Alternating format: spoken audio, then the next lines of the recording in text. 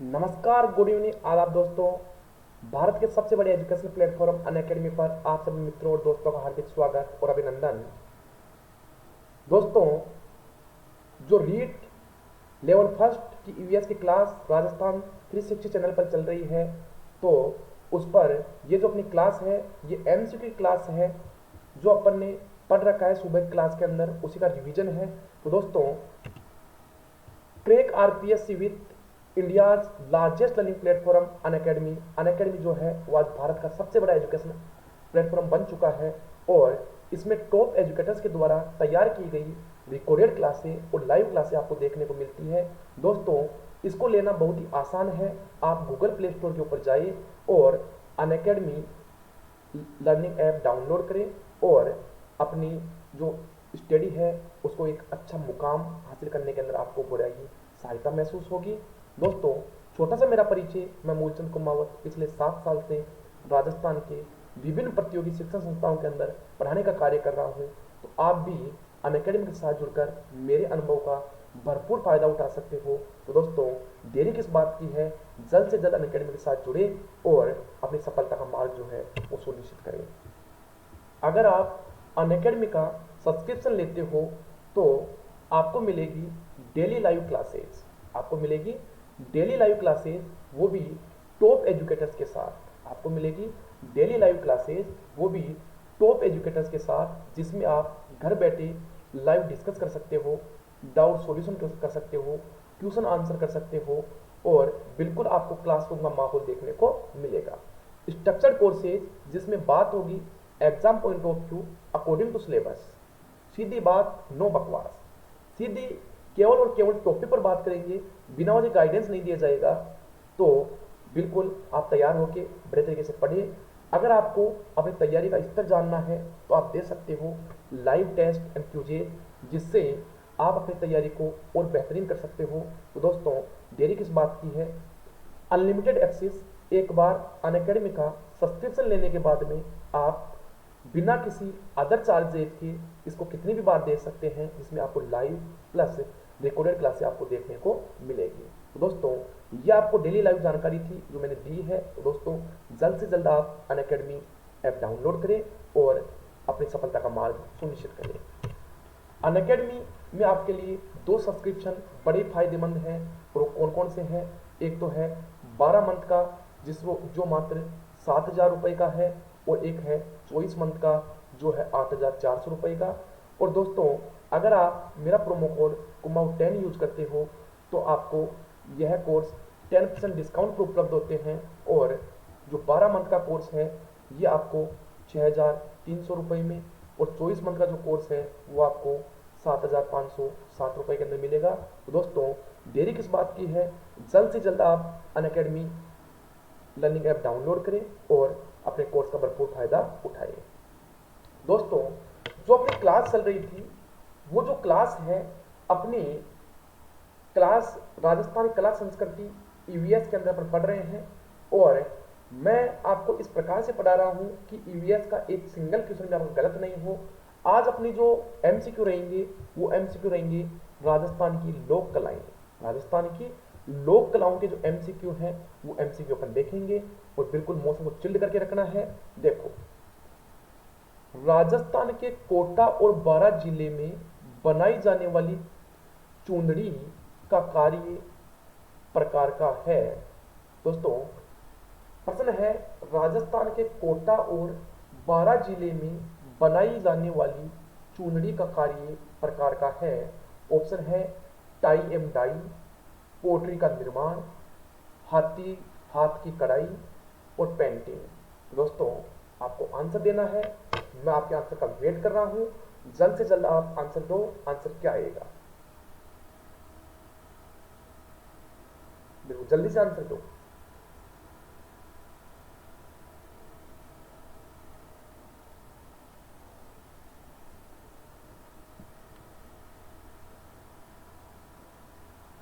चलो मैं बता देता हूं आपको, टाई एम डाई आंसर आएगा। टाई एम डाई जो है वो कोटा और बारां जिले में बनाई जाने वाली जो चुनरी है उनका जो कार्य है उसी को, जैसे बंदेज का कार्य को क्या बोलते हैं, टाई और डाई। अगला है राम दला कृष्ण दला की फड़ के वाचक है। राम दला और कृष्ण दला की जो फड़ है उनके जो वाचक हैं वो कौन है? ऑप्शन फर्स्ट है भाट जाति के भोपे, बी है कामर जाति के भोपे, सी है गुर्जर जाति के भोपे और डी है आईडी भोपे। तो दोस्तों जल्दी से आंसर दो। रामदला कृष्ण दला की फड़ के वाचक कौन है? भाट जाति के भोपे, कामर जाति के भोपे, गुर्जर जाति के भोपे और आईडी के भोपे। तो कौन है? जल्दी से आंसर दो। बिल्कुल आपके आंसर का वेट है, जल्दी से आंसर दो।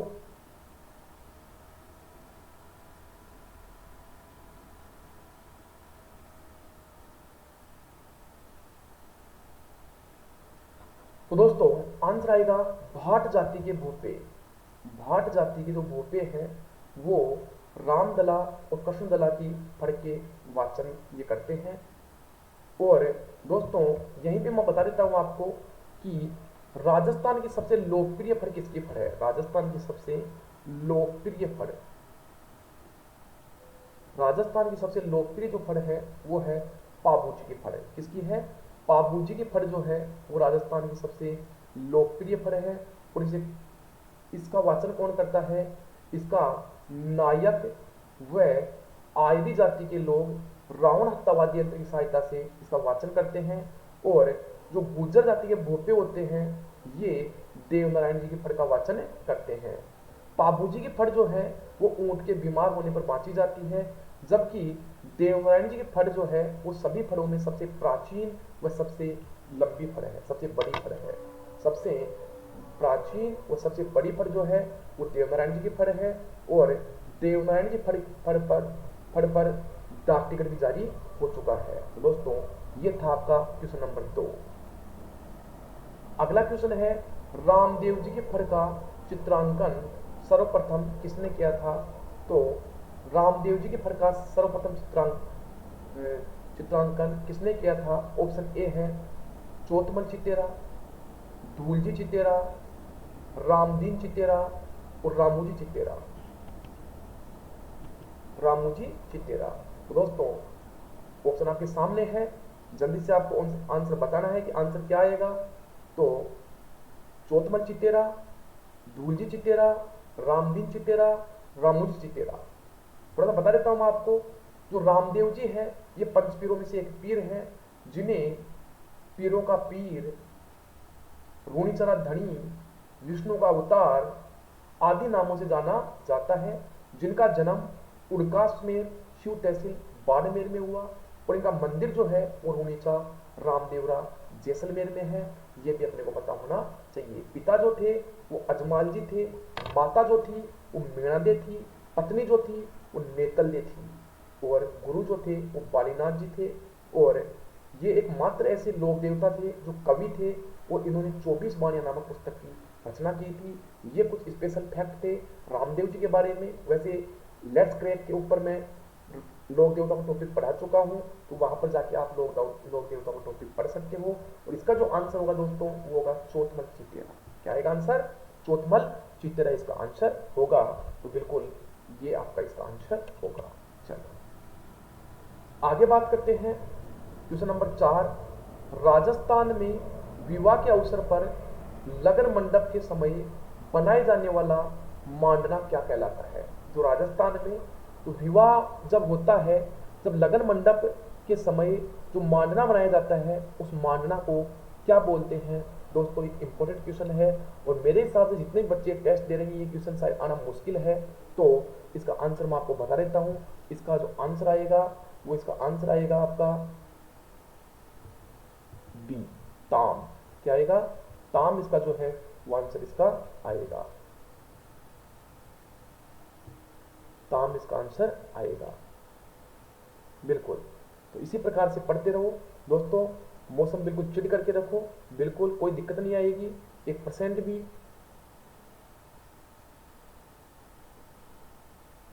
चलो आगे बात करते हैं। लोक कला मंडल कहां स्थित है? लोक कला जो मंडल है वो कहां स्थित है? तो लोक कला जो मंडल है वो कहां स्थित है दोस्तों? तो ये बिल्कुल पता होना चाहिए आपको। लोक कला मंडल जो है वो आपका क्वेश्चन नंबर 5 का जो आंसर होगा वो आप बताओ। देखिए मैं आपके आंसर का वेट कर रहा हूँ। जोधपुर, जयपुर, कोटा, उदयपुर। बिल्कुल आपके आंसर का वेट है बेसब्री से। जल्दी से इसका आंसर बताओ क्वेश्चन नंबर 5 का। लोक कला मंडल कहाँ है दोस्तों? लोक कला मंडल जो है वो आपका कहाँ पर है? उदयपुर में है। कहाँ पर है? उदयपुर में लोक कला मंडल है। अगला प्रश्न आता है, कावड़ का मूल उद्देश्य क्या है? दोस्तों सबसे पहले तो कावड़ जो है ये क्या होती है?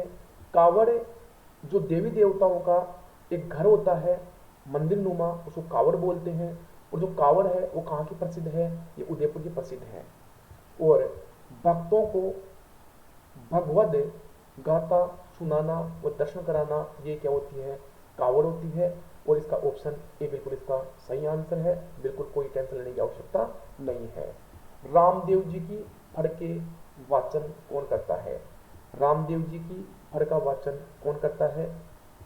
तो दोस्तों ऑप्शन है गुर्जर जाति के भोपे, नायक जाति के भोपे, भाट जाति के भोपे, कामर जाति के भोपे। तो दोस्तों आंसर देना है रामदेव जी की फड़ का वाचन कौन करता है?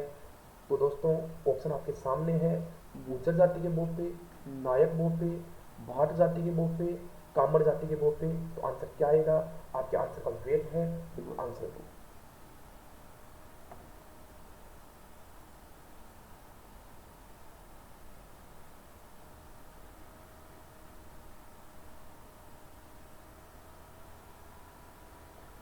तो दोस्तों आंसर आएगा कामर जाति के भोपे। कौन से? कामर जाति के भोपे। और दोस्तों एक क्वेश्चन और बता दूं मैं आपको, रामदेव जी के मेले में जो 13 काली नृत्य करते हैं तो वो नृत्य भी कौन करते हैं? ये कामर जाति के लोग ही करते हैं। और 13 काली नृत्य जो है इसमें महिलाएं हैं, ये बैठ कर ये नृत्य करती है, उसमें 13 मंजिलें बांधती है और फिर नृत्य करती है। तो ये भी क्वेश्चन अपने को पता होना चाहिए। अगला है, सबसे पुरानी, सबसे अधिक चित्रांकन व सबसे लंबी गाथा वाली फड़ है। सबसे पुरानी, सबसे अधिक चित्रांकन व सबसे लंबी गाथा वाली जो फड़ है वो किसकी फड़ है? ऑप्शन आपके सामने है। ऑप्शन ए है आपका देवनारायण जी की फड़, बी है पाबू जी की फड़, सी है रामदेव जी की फड़ और 4 है आपकी बैसासुर की फड़। तो दोस्तों ये आपके सामने ऑप्शन है, आपको आंसर देना है। आंसर इसका क्या आएगा? बिल्कुल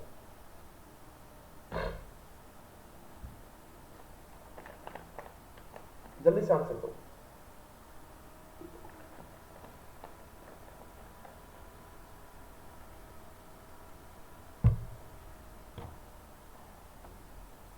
मेरे को कुछ बच्चों का आंसर आया है। तो सबसे पुरानी, सबसे अधिक चित्रांकन और सबसे जो लंबी गाथा वाली जो फड़ है दोस्तों वो आपकी देवनारायण जी की फड़। किसकी है? देवनारायण जी की फड़। और दोस्तों देवनारायण जी गुर्जर जाति के लोक देवता हैं और ये ऐसे लोक देवता हैं इनका जो मंदिर है वो आसिंद भीलवाड़ा में है। कहाँ पर है? आसिंद भीलवाड़ा में इनका मंदिर है। और इनकी मूर्ति की जगह 2 ईंट रखी हुई है और उन ईंटों पर छाछ राबड़ी का भोग लगाया जाता है और नीम के पत्तियों से पूजा की जाती है। किसके? देवनारायण जी की। जो पाबू जी की फड़ है ये सभी फड़ों में सबसे लोकप्रिय फड़ है। तो दोस्तों ये भी अपने को पता होना चाहिए। और देवनारायण जी फड़ के ऊपर 1992 में डाक टिकट जारी किया गया था। किसके ऊपर? देवनारायण जी की फड़ पर। उम्मीद है दोस्तों आपको बातें समझ में आ रही होगी और इसी प्रकार से अपने को एक एक चीज समझते हुए आगे चलना है। आगे बात आती है राजस्थान में बच्चे के जन्म पर बनाए जाने वाला मांडना क्या कहलाता है? राजस्थान में जब बच्चे का जन्म होता है तो कौन सा मांडना मनाया जाता है? तो आपको आंसर देना है। ऑप्शन ए है पगलिया, बी साट्या, सी ताम और डी चौकड़ी। तो आंसर दो। आंसर क्या आएगा? पगलिया, साट्या, ताम, चौकड़ी। आपके आंसर का वेट है बेसब्री से। बिल्कुल इसी तरीके से तैयारी करते रहो, बढ़िया तरीके से तैयारी करते रहो। मैं आपके साथ हूँ, आप मेरे साथ हो। छोड़ो मौसम चिल्ड करके रखो। बिल्कुल आंसर बताओ जल्दी से क्या आएगा। देखिए बताओ बताओ भाई जल्दी से बताओ आंसर क्या आएगा। बताओ। तो आंसर आएगा साट्या। क्या आएगा? साट्या। दोस्तों, जब बच्चे का जन्म होता है तो 8वें दिन, बच्चे के जन्म के 8वें दिन नहान होता है। नहान। और कुछ बच्चे जो है, उन नहान का अर्थ जो है वो किसी की मृत्यु होती है, और जो नहाते हैं उसको नहान बोलते हैं। दोस्तों, उसको नहान नहीं बोलते, उसको बदर बोलते हैं। उसको क्या बोलते हैं? बदर बोलते हैं। ये अपने को पता होना चाहिए। नहान जो है वो परसूता स्त्री और बच्चे को जब पहली बार स्नान करवाया जाता है उसे क्या बोलते हैं? नहान बोलते हैं। और जो नहान है, तो इस नहान करवाने के बाद में बहू बेटियों द्वारा स्वास्तिक चिन्ह वगैरह बनाए जाते हैं। उन्हें क्या बोलते हैं? साट्या या आख्या। इसी क्या बोलते हैं? साट्या या आख्या इनको बोलते हैं। ये अपने को पता होना चाहिए। राजस्थान में कठपुतली प्रदर्शन किस मौसम में नहीं होता है? दोस्तों, इस नहीं को ध्यान से पढ़ना आपको कि राजस्थान में कठपुतली प्रदर्शन किस मौसम में नहीं होता है। ऑप्शन ए है वर्षा, बी सर्दी, सी गर्मी, डी इनमें से कोई नहीं। इनमें से कोई नहीं। जल्दी से ऑप्शन, जल्दी से आंसर दो। कठपुतली प्रदर्शन किस मौसम में नहीं होता है? ऑप्शन ए वर्षा, बी सर्दी, सी गर्मी, डी इनमें से कोई नहीं।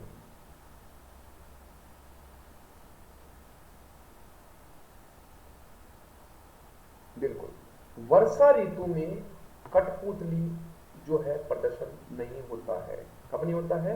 वर्षा ऋतु में इनका प्रदर्शन नहीं होता है। ये अपने को पता होना चाहिए।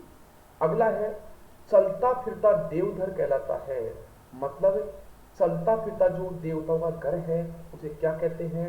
ऑप्शन ए है आपका मोरवन, बी है मोरन, सी है मोवन, डी है कावन।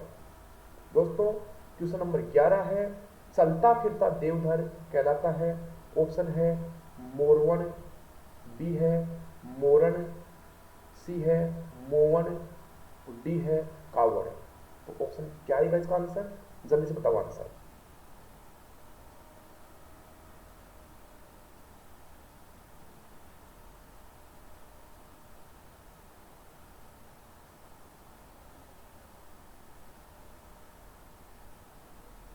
तो आंसर बिल्कुल आएगा कावड़।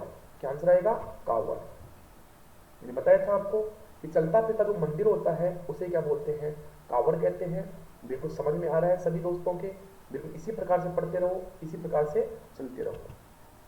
देवनारायण जी की फड़ के वाचक हैं। दोस्तों, देवनारायण जी के जो फड़ के वाचक हैं, तो ऑप्शन ए है भाट जाति के भोपे, बी है कामड़ जाति के भोपे, सी है गुर्जर जाति के भोपे, और डी है आईडी जाति के भोपे। ऑप्शन आपके सामने है। क्वेश्चन है देवनारायण जी, ऑप्शन है क्वेश्चन आपका देवनारायण जी की फड़ के वाचक हैं। ऑप्शन ए भाट जाति के भोपे, बी है काकड़ जाति के भोपे, सी है गुर्जर जाति के भोपे, और डी है आईडी जाति के भोपे। तो बिल्कुल आपके आंसर का वेट है। बिल्कुल आंसर दो। क्वेश्चन नंबर 12 का आंसर क्या होगा?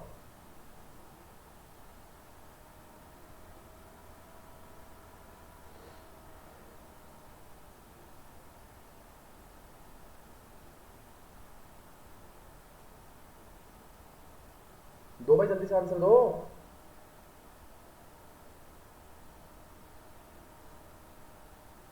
तो आंसर आएगा गुर्जर जाति के भोपे। आंसर क्या आएगा? गुर्जर जाति के भोपे हैं, वो इसका बिल्कुल करेक्ट आंसर है। ये अपने को पता होना चाहिए। अगला है दोस्तों, एक इसी में आता है कामड़ जाति के जो भोपे हैं वो रामदेव जी की फड़ को वाचन का कार्य करते हैं। कौन? कामड़ जाति के भोपे रामदेव जी की फड़, रामदेव जी के फड़ को बांचने का कार्य करते हैं। कौन? कामड़ जाति के भोपे। अगला है लीलाधर। लीलाधर संबंधित है कि लीलाधर का संबंध, लीलाधर सबसे पहले ये बताओ आप कमेंट्स बॉक्स में आंसर दो, लीलाधर क्या है? लीलाधर क्या है? ऑप्शन दे रहा हूं, ऑप्शन दे रहा हूं ध्वजा, थान, घोड़ा, इनमें से कोई नहीं। बताओ जल्दी से। पहले ये बताओ लीलाधर है क्या?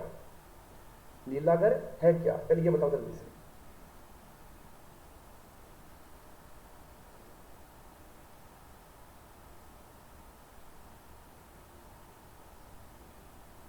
तो लीलाधर ये घोड़ा है, क्या है, घोड़ा है लीलाधर।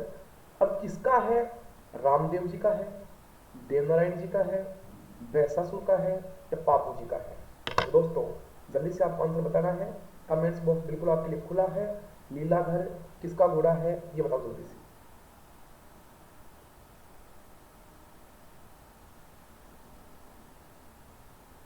तो लीलाधर बिल्कुल देवनारायण जी का घोड़ा है लीलाधर। किसका, देवनारायण जी का घोड़ा है वो लीलाधर। आपको बताना है कि केसर कालमी किसकी घोड़ी का नाम था। आपको आंसर देना है केसर कालमी किसकी घोड़ी का नाम था, ये आपको जल्दी से आंसर देना है। आपके आंसर का वेट है, केसर कालमी किसकी घोड़ी का नाम है। तो दोस्तों केसर कालमी जो है वो पाबू जी की घोड़ी का नाम है। केसर कालमी किसका, पाबू जी की घोड़ी का नाम।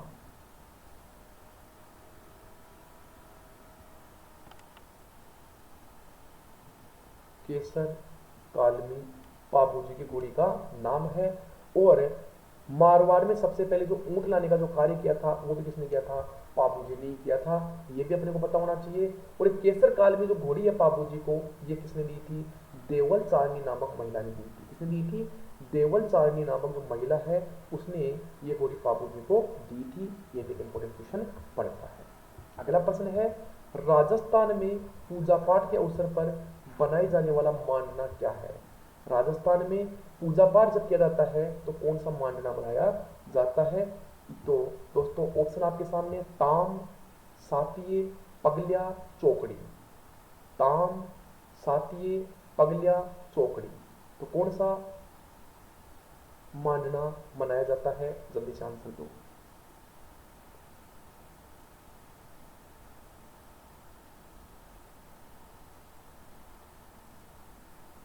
तो दोस्तों आंसर आएगा इसका पगलिया। क्या आंसर आएगा, पगलिया। कि राजस्थान में पूजा पाठ के अवसर पर बनाए जाने वाला जो मांडना है उसको बोलते हैं पगलिया। क्या बोलते हैं, पगलिया। बिल्कुल सही आंसर है। राजस्थान का कठपुतली नगर है, बिल्कुल बहुत अच्छा important, very very very important question है। राजस्थान का कठपुतली नगर कौन सा है, बिल्कुल जल्दी से आंसर दोगे। इस आंसर का तो बिल्कुल वेट है कि राजस्थान का कठपुतली नगर कौन सा है।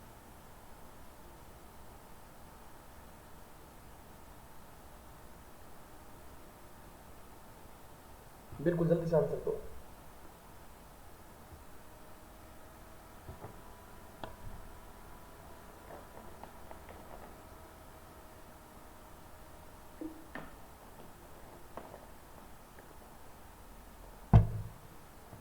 तो दोस्तों राजस्थान में जो कठपुतली बनाई जाती है, तो कठपुतली जो निर्माण कार्य है ये तो होता है आपका उदयपुर।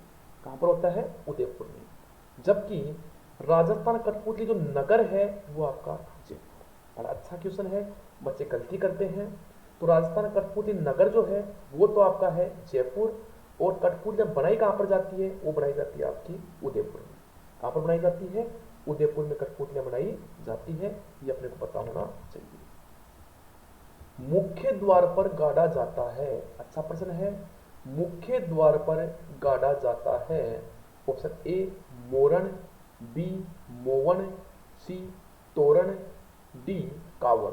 तो दोस्तों आपके आंसर का वेट है, मुख्य द्वार पर गाड़ा जाता है मोरण, मोवन, तोरण, कावड़। ये शायद मेरे हिसाब से सबको आता भी होगा, जिसको नहीं आता है कोई बात नहीं, देखेंगे, याद करेंगे बिल्कुल बड़े तरीके से।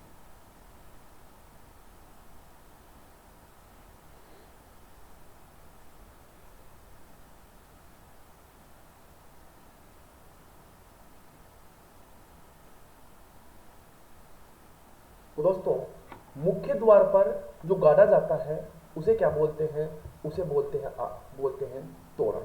क्या बोलते हैं, उसे बोलते हैं तोरण। तो ये अपने को पता होना चाहिए। मुख्य द्वार पर गाड़ा जाता है तो ये होता है तोरण। आगे जो अगला है क्वेश्चन नंबर 17, पाबूजी की फड़के वाचक है। पाबूजी की फड़के वाचक है। तो बाबूजी के फर के वाचक कौन सी जाति के लोग होते हैं। ऑप्शन आपके सामने है, आईडी भोपे, गुर्जर भोपे, कामड़ जाति के भोपे, भाट जाति के भोपे। तो दोस्तों आंसर क्या आएगा, पापूजी की फड़ के वाचक, जो पापूजी की जो फड़ है उसका वाचक कौन सी जाति के भोपे करते हैं। ऑप्शन ए है आईडी भोपे, बी है गुर्जर भोपे, सी है कामर जाति के भोपे और डी है भाट जाति के भोपे। तो जल्दी से आपको आंसर देना है। बड़ा गजब का प्रश्न है, अच्छा प्रश्न है, ऐसे प्रश्न एग्जाम में पूछे जाते हैं। बिल्कुल बताओ जल्दी से, जल्दी से बताओ भाई।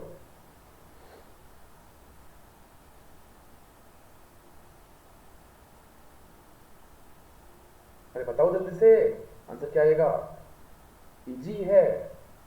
तो पाबूजी की फड़ जो है वो आईडी जाति के भूपों द्वारा बांधी जाती है। आंसर क्या आएगा, आईडी जाति के भूपों द्वारा। मैं एक क्वेश्चन को बार बार इसलिए बता रहा हूं आपको ताकि आप बिल्कुल इनको याद कर लो कि ये जो क्वेश्चन मैं आपको पढ़ा रहा हूं एक क्वेश्चन भी आपको दिमाग से आउट नहीं हो।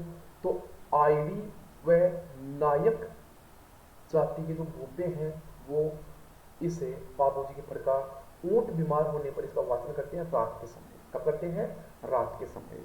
गुर्जर जाति के भोपे देवनारायण जी के फड़ का वाचन करते हैं।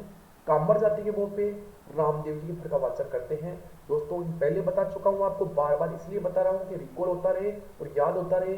जब ये टेस्ट पूरा हो तब आप बिल्कुल अपने आप को एक कॉन्फिडेंस लेवल में महसूस करो कि अपना ये टॉपिक तो बिल्कुल कंप्लीट है। चलो आगे प्रश्न आता है, किस फड़ के चित्रांकन में सर्प का चित्र होता है। अच्छा प्रश्न है, बहुत अच्छा प्रश्न है, लेवल का प्रश्न है।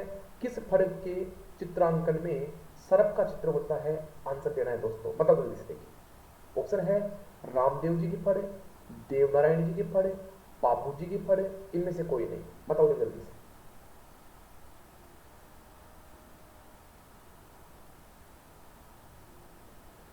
किस फड़ के चित्रांकन में सर्प का चित्र होता है, ऑप्शन आपके सामने है, जल्दी से आंसर दो, आपके आंसर का वेट है।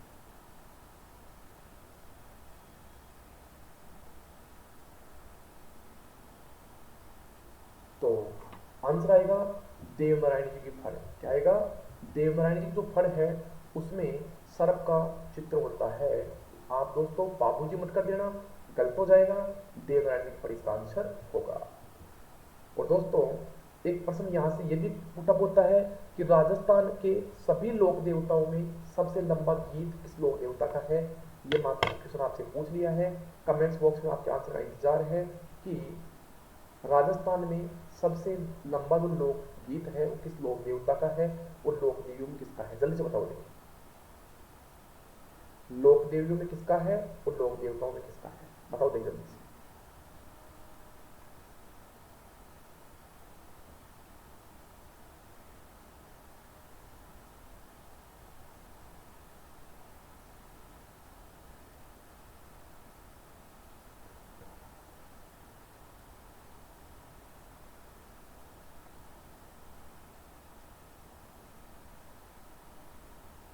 तो दोस्तों सभी लोक देवताओं के अंदर जो सबसे लंबा गीत है वो है रामदेव जी का, और सब लोक देवियों में सबसे जो लंबा गीत है वो है जीण माता का। किसका है, जीण माता का। तो ये भी अपने को पता होना चाहिए। राजस्थान का प्रमुख मांडना मांडने हैं। अच्छा प्रश्न है, राजस्थान का प्रमुख मांडना या मांडने हैं लक्ष्मी और गणेश जी के चित्र, सातिये, शंख, उपयुक्त सभी। बताओ आंसर बताओ, देख क्या आएगा। राजस्थान का प्रमुख मांडना या मांडने हैं लक्ष्मी व गणेश जी के चित्र, सातिये, शंख, उपयुक्त सभी।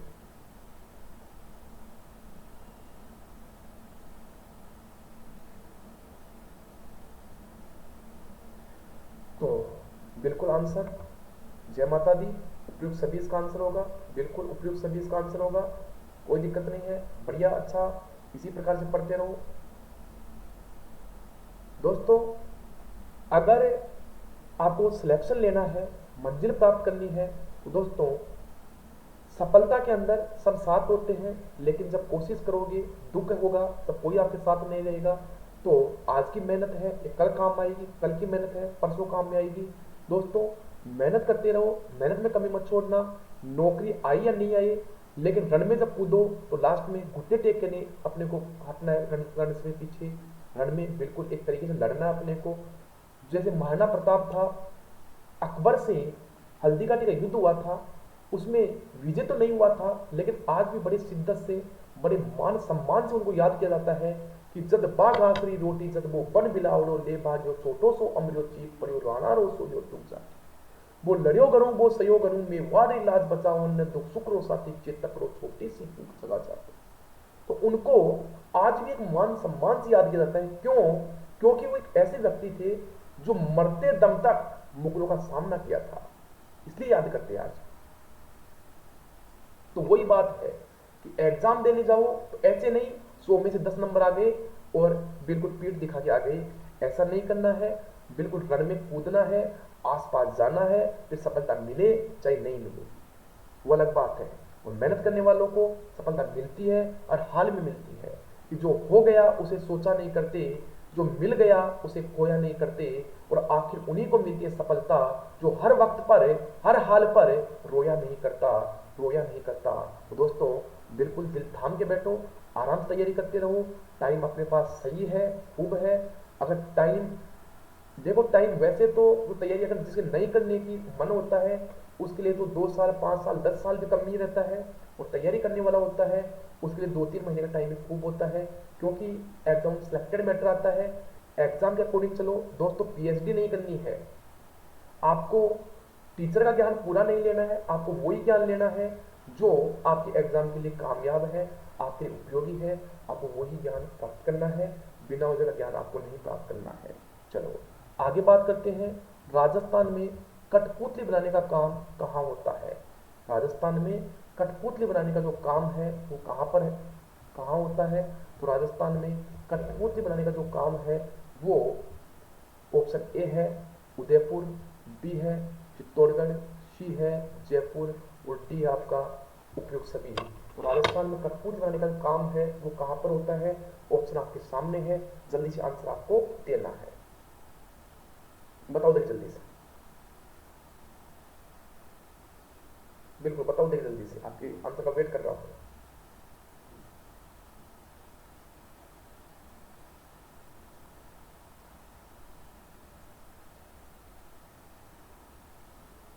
बिल्कुल, जो इसका आंसर होगा वो होगा उपयुक्त सभी। क्योंकि देखो मुख्य रूप से तो कठपुतलियां जो है उदयपुर में बनाई जाती है, लेकिन चित्तौड़गढ़ में बनती है, जयपुर में बनती है, तो आंसर होगा उपयुक्त सभी। अच्छा आंसर दिया, सही आंसर दिया, बिल्कुल यही उम्मीद थी आपसे। तो दोस्तों एक का एक प्रश्न जो है वो एग्जाम पूछे हुए क्वेश्चन है, और आने वाले एग्जाम में क्वेश्चन है, बिल्कुल तरीके से तैयारी करनी है। 100% आपका सिलेक्शन है वो कोई रोक नहीं सकता। अगला है राजस्थान का मोलेला गांव किस हस्तकला के लिए प्रसिद्ध है? दोस्तों पहले तो आप मेरे को ये बताओ कि मोलेला गांव है ये कौन से जिले में है? ऑप्शन दे रहा हूं, उदयपुर, चित्तौड़, राजसमंद, पाली। जल्दी से आंसर बताओ पहले तो कि राजस्थान का जो मोलेला गांव है वो किस जिले में है? उदयपुर, चित्तौड़, राजसमंद, पाली। बताओ जल्दी से आंसर बताओ। बिल्कुल राजसमंद में, कौन से जिले में है? राजसमंद में है। और अब आंसर है कि मोलेला गांव किस हस्तकला के लिए प्रसिद्ध है? ऑप्शन ए है टेरिकोटा, बी है मीनाकारी, सी है ब्लू पोट्री, और डी है थेवा कला। चारों ही ऑप्शन बड़े अच्छे ऑप्शन है, और चारों का यहां पर पोस्टमार्टम करेंगे, चारों को डिटेल से देखेंगे। बिल्कुल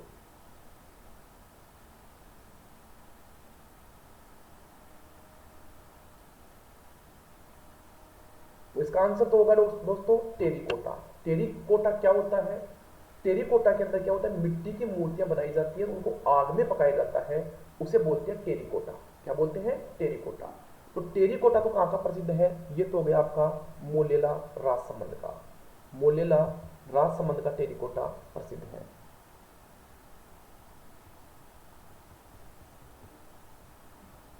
आगे बात आती है मीनाकारी। तो मीनाकारी दोस्तों जयपुर की प्रसिद्ध है। इसमें क्या होता है? जो सोने के आभूषण होते हैं उनमें लाल व नीला रंग भरा जाता है, उसे मीनाकारी कहते हैं। ब्लू पोट्री जो है ये आपकी जयपुर की प्रसिद्ध है। कहाँ की प्रसिद्ध है? जयपुर की ब्लू पोट्री प्रसिद्ध है। और थेवा कला जो है वो थेवा कला आपकी प्रतापगढ़ की प्रसिद्ध है। कहाँ की प्रसिद्ध है?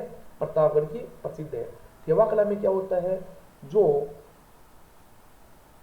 कांच के आभूषण होते हैं उनमें सोने की चित्रकारी की जाती है उसे थेवा कला कहते हैं। तो ये भी एक इंपॉर्टेंट क्वेश्चन बनता है।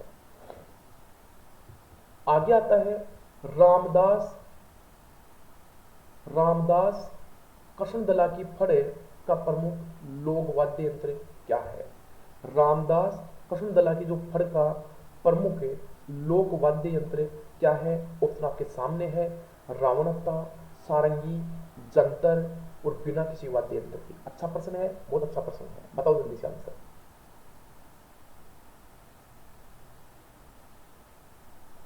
बताओ भाई, आपके आंसर का वेट है।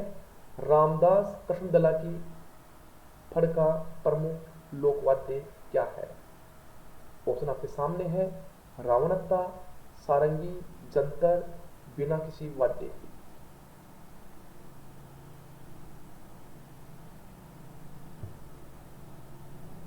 तो दोस्तों इसका जो आंसर होगा वो आंसर होगा कि रामदास और कृष्णदला की जो फड़ है वो किसी भी वाद्य यंत्र की सहायता से नहीं बांची जाती है, बिना किसी वाद्य यंत्र के इसको पढ़ा जाता है। दोस्तों रावणत्ता जो है वो पाबूजी की फड़ बांसते समय इसका प्रयोग होता है। तो पाबूजी की फड़ है वो रावणहत्ता वाद्य यंत्र की सहायता से बांची जाती है। और जो जंतर है वो देवनारायण जी की फड़ का जब बांची जाती है तो जंतर वाद्य यंत्र का प्रयोग करते हैं। इनके बारे में भी अपने को पता होना ही चाहिए। बिल्कुल हर चीज को अपने को पता होना चाहिए, बिल्कुल तरीके से सब चीजें। चलो, किस फड़ के मुख्य के सामने भाले का चित्र होता है? अच्छा प्रश्न है, बहुत अच्छा प्रश्न है। किस फड़ के मुख्य सामने भाले का चित्र होता है? ऑप्शन है बाबूजी की फड़, देवनारायण जी की फड़, रामदेव जी की फड़, इनमें से कोई नहीं। किस फड़ के मुख्य सामने भाले का चित्र होता है? ऑप्शन आपके सामने है, बिल्कुल पढ़ो और आंसर दो। एक दोस्तों भी थोड़ी देर पहले अपन ने पढ़ा था कि सर्प का चित्र किसकी फड़ में होता है? तो सर्प का जो चित्र है वो तो होता है देवनारायण जी की फड़ में, और ये है भाले का चित्र किसमें होता है? तो दोस्तों ऑप्शन आपके सामने है, बाबूजी, देवनारायण जी, रामदेव जी, इनमें से कोई नहीं। तो जल्दी से आंसर दो।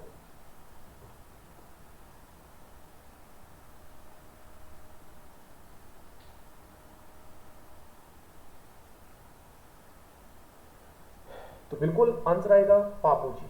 पाबूजी की जो फड़ है, तो क्योंकि पाबूजी को भाला लिए असुरो योद्धा के नाम से भी जाना जाता है, पाबूजी को भाला लिए असुरो योद्धा के नाम से जाना जाता है, इसलिए आंसर आएगा भाले का चित्र जो होता है वो पाबूजी के फड़ में होता है, और सर्प का जो चित्र होता है वो होता है देवनारायण के फड़ में। बिल्कुल दोस्तों, आपको समझ में आ रहा है तो क्लास को लाइक करो और शेयर करो। तब तक पानी पी लेता हूँ। बिल्कुल एक बार देखो जल्दी क्वेश्चनों को।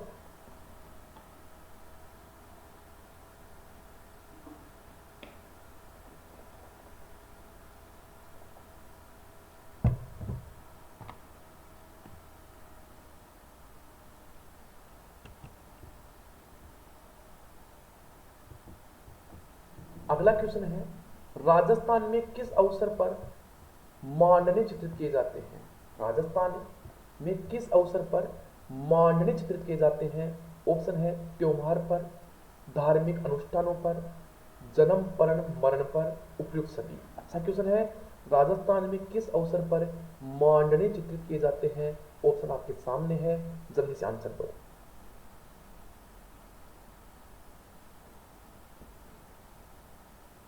त्योहार पर, धार्मिक अनुष्ठानों पर, जन्म मरण पर और उपयुक्त सभी। तो दोस्तों आंसर आपके सामने है, बिल्कुल जल्दी से आंसर दो। आपके आंसर पर वेट है।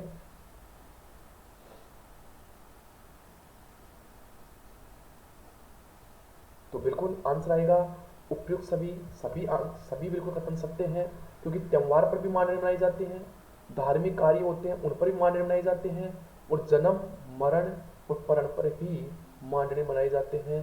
तो बिल्कुल आंसर होगा डी, उपयुक्त सभी। अगला है, राजस्थान में कलात्मक काष्ठ रूपों के अंकन का बड़ा प्रसिद्ध केंद्र रहा है। राजस्थान में कलात्मक काष्ठ रूपों के अंकन का बड़ा प्रसिद्ध केंद्र रहा है। दोस्तों अच्छा प्रश्न है, कलात्मक काष्ठ, दोस्तों आ रहा है काष्ठ, काष्ठ एंड लकड़ी, लकड़ी के जो कला है वो कहाँ की प्रसिद्ध है? अब बता सकते हो आप। ऑप्शन ए है फागी, बी है बस्सी, सी है सापुरा और डी है मोलेला। बिल्कुल जल्दी से बताओ आंसर। बिल्कुल आपके आंसर का वेट है, और चारों ही ऑप्शन जो है वो बड़े इंपॉर्टेंट हैं।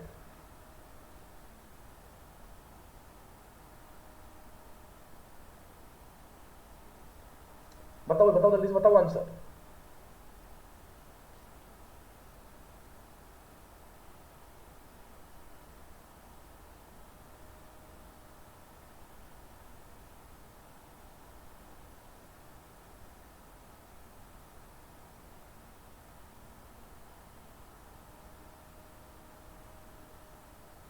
चलो बता देता हूं आपको। तो बस्सी चित्तौड़ आंसर आएगा। बस्सी जो है ये काष्ठ कला के लिए प्रसिद्ध है, और ये कहां पर है? चित्तौड़गढ़ में है, ये भी अपने को पता होना चाहिए। सापुरा जो है वो फड़ के लिए प्रसिद्ध है, और श्रीलाल जोशी जो है वो फड़ के लिए प्रमुख कलाकार थे। और मोलेला राजसमंद का टेरिकोटा प्रसिद्ध है। तो ये एक क्वेश्चन से अपन ने 4 क्वेश्चन देखे। बस्सी चित्तौड़ में काष्ठ कला प्रसिद्ध है। सापुरा भीलवाड़ा की जो फड़ है वो श्रीलाल जोशी जो है ये प्रमुख यहाँ के कलाकार थे। और मोलेला राजसमंद जो है वो टेरिकोटा के लिए प्रसिद्ध है। राजस्थान में तोरण बनाने का प्रसिद्ध केंद्र है। राजस्थान में तोरण बनाने का जो प्रसिद्ध केंद्र है वो, दोस्तों अगला क्वेश्चन है, राजस्थान में तोरण बनाने का प्रसिद्ध केंद्र है जोधपुर, भीलवाड़ा, जयपुर, अलवर। जोधपुर, भीलवाड़ा, जयपुर, अलवर। तो बिल्कुल आंसर दो, आंसर क्या आएगा? तोरण बनाने का प्रसिद्ध केंद्र कहां पर है? तो दोस्तों तोरण बनाने का जो प्रसिद्ध केंद्र है वो आपका कहां पर है? जयपुर में। कहां पर है? जयपुर में। आंसर आएगा 3, जयपुर में। तो ये भी अपने को पता होना चाहिए। थानागाजी अलवर जो है वहां की लाल पत्थर की मूर्तियां प्रसिद्ध है। कहां की? लाल पत्थर की मूर्तियां प्रसिद्ध है। अगला क्वेश्चन बहुत वेरी वेरी वेरी इंपॉर्टेंट, बिल्कुल वेरी इंपॉर्टेंट है। रामदेव जी की फड़ का प्रमुख लोक वाद्य है। रामदेव जी की फड़ का प्रमुख लोक वाद्य है दोस्तों, ऑप्शन आपके सामने है। बिना किसी वाद्य यंत्र के, सारंगी, रावणत्ता, इनमें से कोई नहीं। रामदेव जी की फड़ का प्रमुख लोक वाद्य यंत्र है बिना किसी वाद्य यंत्र के, सारंगी, रावणत्ता, इनमें से कोई नहीं। जल्दी से आंसर दो। आपके आंसर का वेट है बेसब्री से, क्योंकि एक इंपॉर्टेंट क्वेश्चन है और ऐसे क्वेश्चन ही एग्जामों के अंदर पूछे जाते हैं। तो दोस्तों जल्दी से आंसर दो, आंसर क्या आएगा?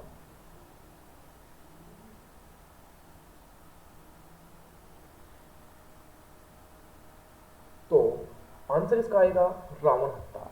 क्या आएगा? रावण हत्ता।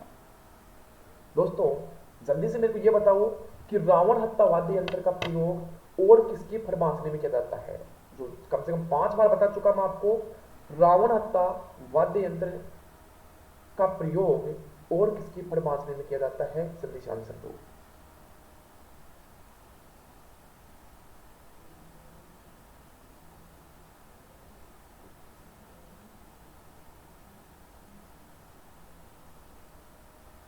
बताओ भाई जल्दी से बताओ।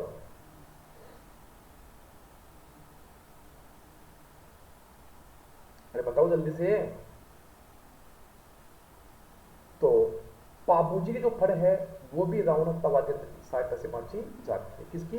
पाबूजी की फड़ भी रावण हत्ता वाद्य यंत्र की सहायता से बांची जाती है। अगला प्रश्न है केसर कालमी का संबंध है। दोस्तों बड़ा इंपॉर्टेंट क्वेश्चन है। केसर कालमी का संबंध मैं पहले ही बता चुका आपको। ऑप्शन है, पहले तो ये बताओ केसर कालमी है क्या? केसर कालमी क्या है? ऑप्शन ए दे रहा हूं आपको, हाथी। ऑप्शन बी घोड़ी। ऑप्शन सी घोड़ा। ऑप्शन डी ध्वजा। तो केसर कालमी क्या है? तो ये बताओ आप जल्दी से।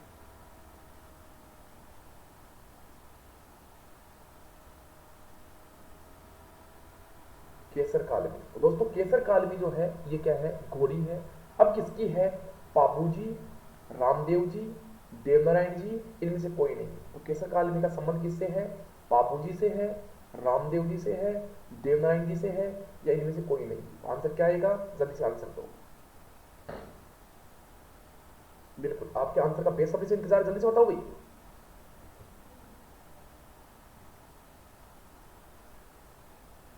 तो केसर काल में का संबंध जो है वो है बापू जी की घोड़ी से। किससे? बापू जी की घोड़ी से। यह घोड़ी बाबू जी को किसने दी थी? बताओ दे जल्दी से। यह घोड़ी बाबू जी को किसने दी थी? तो यह घोड़ी बाबू जी को देवल चारणी नामक महिला ने दी थी। और जब इस देवल चारणी महिला की गायों को बाबू जी का बहनोई जिंदराव खींची ले जा रहा था, तो बाबू जी इन गायों को छुड़ाते हुए लड़ते हुए वीरगति को प्राप्त हो गए थे। तो ये थे बाबू जी। और मारवाड़ में सबसे पहले जो ऊंट लेकर आए थे वो भी कौन लेकर आए थे? बापू जी लेकर आए थे। ये दोस्तों अपने को पता होना चाहिए। रामदेव जी का जो घोड़ा था वो नीला घोड़ा था, और देवनारायण जी का जो घोड़ा था वो था नीला घर। और क्या था? नीला घर। ये भी अपने को पता होना चाहिए। दोस्तों लेवल में कहीं पे आपको दिक्कत नहीं आएगी, टेंशन लेने की आवश्यकता नहीं है, बिल्कुल बड़ी तरीके से आपको पढ़ाया जा रहा है। आगे आता है मांडने में किसकी भावना निहित होती है? तो मांडने में किसकी भावना निहित होती है? ऑप्शन ए है लोक मंगल की, बी परंपरा की, सी लोक संस्कृति की, डी उपयुक्त सभी। दोस्तों मांडने में किसकी भावना निहित होती है? ऑप्शन ए है लोक मंगल की, बी है परंपरा की, सी है लोक संस्कृति की, और डी है उपयुक्त सभी। जल्दी से आंसर दो। आंसर क्या आएगा? जल्दी से आंसर दो।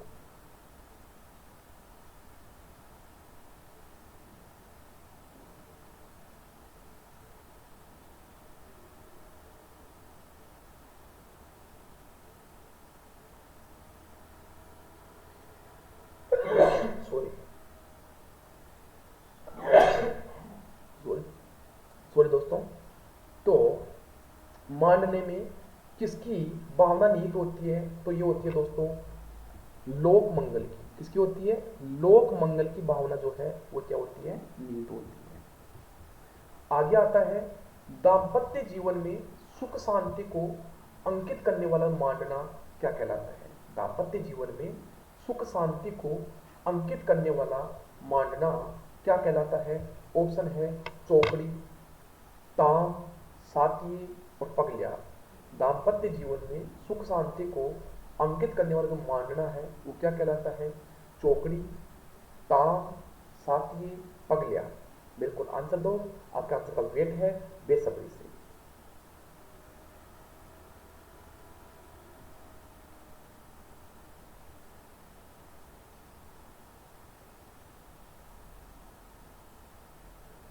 तो दोस्तों आंसर आएगा इसका ताम। क्या आंसर आएगा? ताम। बिल्कुल ताम इसका राइट आंसर है। आगे बात आती है, अगला जो क्वेश्चन है वो है राजस्थान में नटों भाटों का मुख्य स्थल है। जो नट और भाट जाति के लोग हैं इनका जो मुख्य स्थल है वो क्या है? जल्दी से आंसर दो। ऑप्शन ए है मारवाड़, बी है हाड़ौती, सी है मेवाड़, और डी है ब्रज। बताओ जल्दी से बताओ।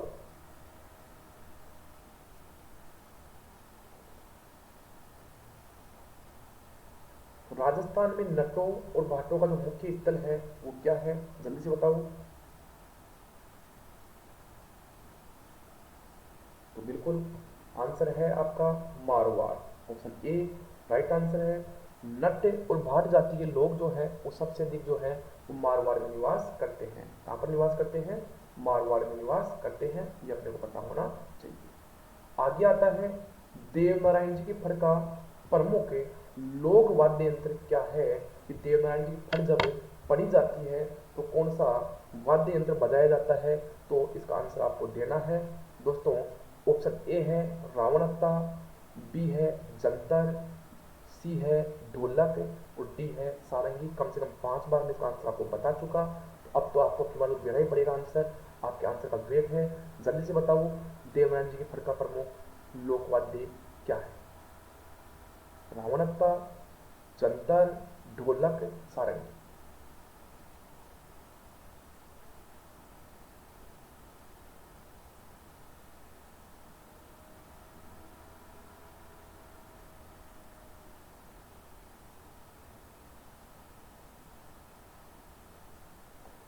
तो बिल्कुल आंसर आएगा इसका जंतर। क्या आएगा? जंतर। इसका जो राइट आंसर है वो आपका जंतर। तो दोस्तों ये थी अपनी आज की क्लास, जिसमें अपन ने 32 जो MCQ है ये अपन ने देखे। उम्मीद है क्लास आपको पसंद आई होगी। तो दोस्तों इसी प्रकार से इसी तरीके से बने रहो और बढ़िया आनंद के साथ पढ़ते रहो। बिल्कुल लेवल में 1% कमी नहीं आएगी, कंटेंट में कमी नहीं आएगी। बस आप बने रहो और बढ़िया तरीके से तैयारी करते रहो और अपने दोस्तों को जोड़ो, क्लास को शेयर करो, लाइक करो, चैनल को सब्सक्राइब करो और बढ़िया तरीके से पढ़ो। दोस्तों आपकी सफलता में हम साथ हैं, बस आप हमेशा साथ देते रहो। हमारे साथ में कोई कमी नहीं आएगी। सूर्य की तरह अगर चमकना है तो पहले सूर्य की तरह जलना सीखो। अगर जिस दिन जलना सीख लिए सूर्य की तरह तो अपने आप ही चमक जाओगे। आज के लिए इतना ही दोस्तों, फिर मिलेंगे, तब तक के लिए जय हिंद जय भारत।